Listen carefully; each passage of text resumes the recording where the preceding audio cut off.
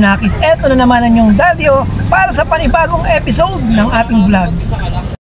At ngayong araw na ito, nakikita nyo sky blue ang kulay ng langit. Kaya naging kulay sky blue rin ang buong Mandaluyong upang ipakita ang ating suporta sa nagbabalik na Vice Mayor ng Mandaluyong City. Walang iba kundi si Anthony Suva. Ito vlog.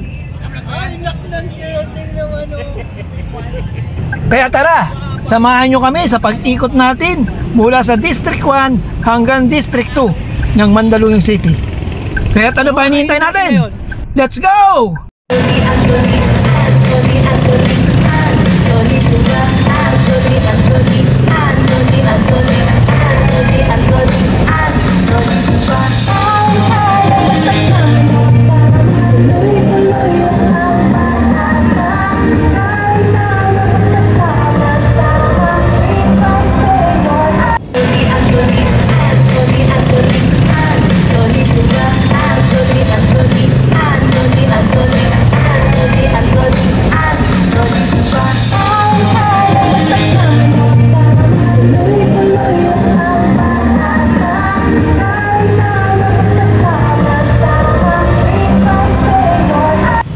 Pero bago nga pala nangyari yan, rewind muna tayo. Dito nga pala kami nagkita-kita ng grupo ng NMAX Pilipinas Touring Club sa JJJ Motor Shop dito sa Coronado Street sa Hulo. And then dumiretso na kami sa headquarters ng Team Suva, na kung saan pinamahagi na dito yung mga t-shirt at nagkabit na rin kami ng sky blue na ribbon sa mga motor namin.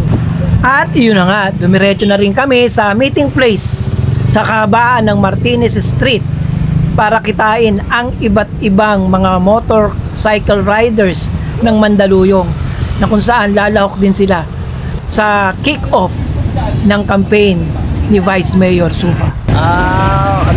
Hamburger. Hindi ka rin pandesal. Fried chicken. Chicken.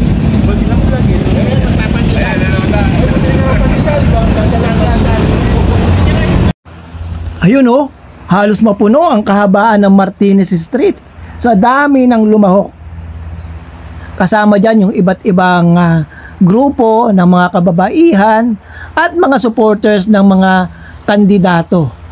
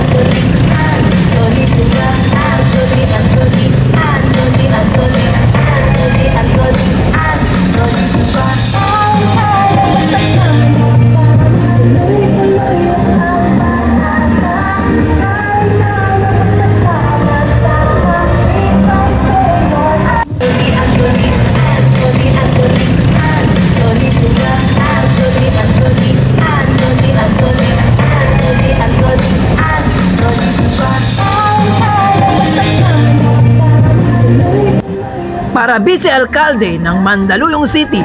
Anthony Suva, number 1 sa balota.